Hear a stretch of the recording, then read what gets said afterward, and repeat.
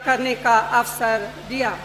ये मेरे जीवन की सबसे बड़ी पूंजी है। रायबरेली मेरा परिवार है, वैसे अमेठी भी मेरा घर है। पिछले 100 साल से हमारे परिवार की जड़ इस मिट्टी से जुड़ी हुई है। गंगा माँ की तरह पवित्र यह रिश्ता। मैंने राहुल और प्रियंका को वही शिक्षा दी जो इंदिरा जी ने और रायबरेली की जनता ने मुझे दी। सबका आदर करो, कमजोर की रक्षा करो, अन्याय के खिलाफ जनता के अधिकार के लिए जिससे भी लड़ना पड़े लड़ जाओ। डरना मत, क्योंकि संघर्ष की तुम्हारी जड़ें और परंपराएं बहुत मजबूत है। ये वीडियो रायबरेली का है, जहां से अब तक सोनिया गांधी सांसद थीं, लेकिन इस बार राहुल गांधी वहां से कांग्रेस प्रत्याशी हैं। सोनिया गांधी ने पहले भी रायबरेली के लोगों को चिट्ठी लिखकर अपना परिवार बताया था और शुक्रवार को राहुल गांधी के लिए सोनिया गांधी फिर से रायबरेली गईं और वहां के लोगों से कहा कि मैं अपना बेटा आपको सौंप रही हूं। सोनिया गांधी की इस अपील का रायबरेली और अमेठी दोनों जगह जबरदस्त असर होगा, ऐसा माना जा रहा है। राहुल गांधी ने भी इस वीडियो को शेयर करते हुए लिखा है, ये पल मेरे लिए बहुत ही भावुक कर देने वाला था। मां ने रायबरेली की 100 वर्षों की सेवा की परंपरा का ध्वज आज मुझे भरोसे के साथ सौंप दिया। मैं गर्व के साथ ये जिम्मेदारी स्वीकार करता हूं और वादा करता हूं कि मां के कहे एक एक शब्द का मान रखूंगा।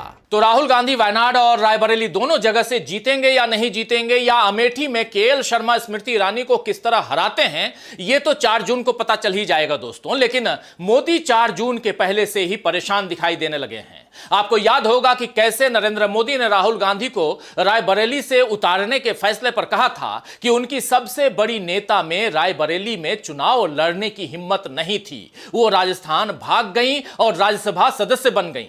आप समझ सकते हैं, सबसे बड़ी नेता यानी कि सोनिया गांधी का जिक्र कर रहे थे यहां नरेंद्र मोदी। हालांकि शुक्रवार को रायबरेली और अमेठी में कांग्रेस के समर्थन में हुई जोरदार रैलियां बता रही हैं कि मोदी की बातों में लोग अब नहीं फंस रहे हैं।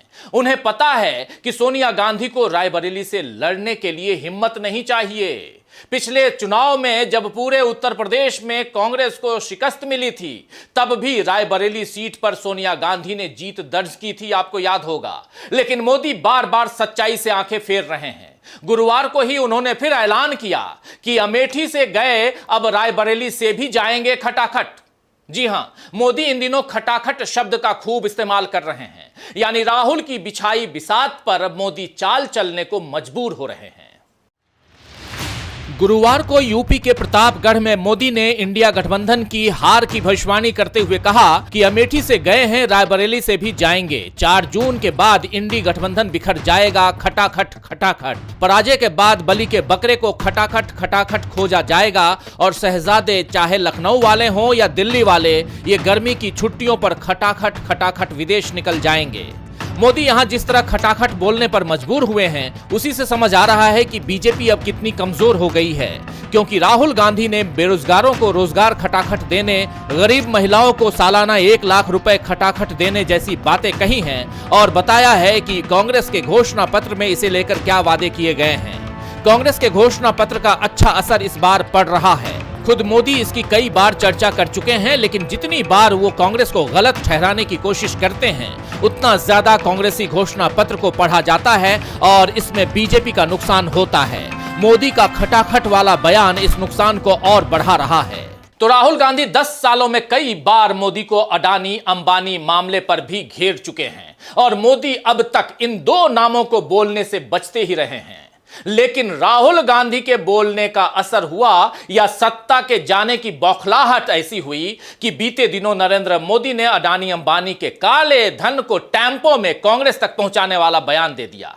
जब मोदी ने बयान दे दिया तब उन्हें शायद अंदाजा भी नहीं होगा कि इसमें बीजेपी को उन्होंने कितना फंसा दिया है, क्योंकि एक तरफ उन्होंने उन 2 उद्योगपतियों पर काले धन का आरोप लगा दिया जिनकी संपत्ति में पिछले 10 सालों में काफी इजाफा हुआ, यानी कहीं ना कहीं इसमें अपनी सरकार को ही नरेंद्र मोदी ने जिम्मेदार ठहरा दिया, और दूसरी तरफ राहुल गांधी के आरोपों को वो सही ठहराते हुए मोदी वहां पर नजर आए कि मोदी सरकार उद्योगपति मित्रों की सरकार है। इसी तरह राहुल गांधी मोदी पर हिंदू मुस्लिम करने का आरोप भी लगाते आए हैं, आपने सुना ही है, जिसका जवाब देने की कोशिश नरेंद्र मोदी ने की, लेकिन फिर भी वो वहां पर भी फंस गए हैं। आइए जरा देखिए इस रिपोर्ट को।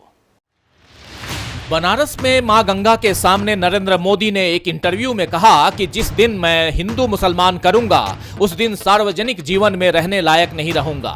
यह बहुत बड़ा बयान नरेंद्र मोदी ने दिया ताकि सांप्रदायिक ध्रुवीकरण के जो आरोप मोदी पर लगते रहे हैं वो मिट सकें। गुजरात का कांटा तो मोदी के राजनीतिक जीवन में हमेशा ही चुभता रहेगा, लेकिन अपने 10 सालों के शासन में भी मोदी अल्पसंख्यकों की सुरक्षा और सम्मान के सवाल पर हमेशा घिरते रहे हैं, और इन चुनावों में भी विकास की बात छोड़कर मोदी हिंदू मुसलमान करते रहे हैं। कभी राम मंदिर के नाम पर कांग्रेस को घेरा तो कभी कांग्रेस पर कृष्ण को गाली देने का आरोप लगाया, यहां तक कि कांग्रेस के घोषणा पत्र पर मुस्लिम लीग की छाप भी बताई। मोदी अब भी यही कर रहे हैं। उनके चुनावी भाषण को सुनकर किसी को भी समझ आ जाएगा कि मोदी ने हिंदुत्व का राग छोड़ा नहीं है, भले ही उनका दावा कुछ भी हो। तो चुनाव में बाजी हाथ से निकलती देखकर नरेंद्र मोदी अब खुद को मुस्लिमों का करीबी बताने लगे हैं, जबकि मोदी के साथी सांसदों ने किस तरह संसद के भीतर एक मुस्लिम सांसद दानिश अली को अपशब्द कहे थे, ये बात अभी जनता भूली नहीं है। खुले में नमाज पढ़ने से लेकर अपनी पसंद का खाना खाने तक कई बातों पर मुसलमानों को अपमानित और प्रताड़ित किया गया। मोदी समर्थक पत्रकारों ने भी खूब हिंदू मुसलमान किया, लेकिन अब चुनाव के वक्त सुर बदलने की कोशिश हो रही है, और इसके साथ ही अपनी मजबूती दिखाने के लिए अब संघ यानी आरएसएस से भी बीजेपी दूरी बनाती हुई दिख रही है। कर्नाटक विधानसभा चुनाव में जब बीजेपी को कांग्रेस के हाथों बुरी तरह पराजय मिली थी तो उसके बाद आरएसएस की पत्रिका ऑर्गेनाइजर ने एक लेख छापा था। पत्रिका के संपादक प्रफुल्ल केतकर ने इस संपादकीय लेख में कहा था कि कर्नाटक विधानसभा चुनाव परिणाम ने यह बता दिया है कि केवल हिंदुत्व का एजेंडा और प्रधानमंत्री नरेंद्र मोदी की छवि चुनाव जीतने के लिए पर्याप्त नहीं है। तभी से ये संकेत मिल रहे थे कि आरएसएस और बीजेपी के बीच सब कुछ ठीक नहीं है। बीजेपी की चुनावी जीत में संघ की बड़ी भूमिका रहती है, क्योंकि जमीन पर उसके कार्यकर्ता मेहनत करते हैं, लेकिन अब बीजेपी को ये लगने लगा है कि वो इतनी मजबूत हो गई है कि उसे संघ की जरूरत नहीं है। अंग्रेजी अखबार इंडियन एक्सप्रेस को दिए एक इंटरव्यू में बीजेपी अध्यक्ष जेपी नड्डा ने कहा है कि वाजपेयी के समय बीजेपी छोटी और कमजोर थी और उसे खुद को चलाने के लिए आरएसएस की जरूरत पड़ती थी, लेकिन आज हम बढ़ गए हैं, पहले से अधिक सक्षम हैं और बीजेपी अब अपने आप को चलाती है। आरएसएस एक सांस्कृतिक सामाजिक संगठन है। हम अपने मामलों को अपने तरीके से संभालते हैं और यही राजनीतिक दलों को करना चाहिए। तो बीजेपी अध्यक्ष जेपी नड्डा का यह बयान बीजेपी के आत्मविश्वास को दिखा रहा है, जो उसके लिए घातक भी साबित हो सकता है, क्योंकि बीजेपी की राजनीति के केंद्र में हमेशा आरएसएस रहा है, लेकिन अब संघ को दरकिनार करते हुए मोदी नजर आ रहे हैं। मोदी ने एक बार संसद के भीतर एक अकेला सब पर भारी बोलकर अपने अति आत्मविश्वास का परिचय दे दिया था, आपको याद होगा। छाती पीट पीट कर उन्होंने कहा था, ये 56 इंच का सीना, एक अकेला सब पर भारी, याद है ना आपको। और इसी तरह 400 पार का नारा भी नरेंद्र मोदी ने पिछले दिनों लगाया था, और बीजेपी नेताओं ने भी इस नारे को लपकते हुए कहा था कि हमें संविधान बदलने के लिए 400 से ज्यादा सीटें चाहिए। बीजेपी के नेताओं ने बार बार आरक्षण के खिलाफ भी बातें की, और इसके साथ ही किसानों, दलितों, आदिवासियों और महिलाओं के अपमान के मुद्दे जब जब सामने आए तब तब बीजेपी ने अपनी सुविधा से उन मुद्दों पर चर्चा की।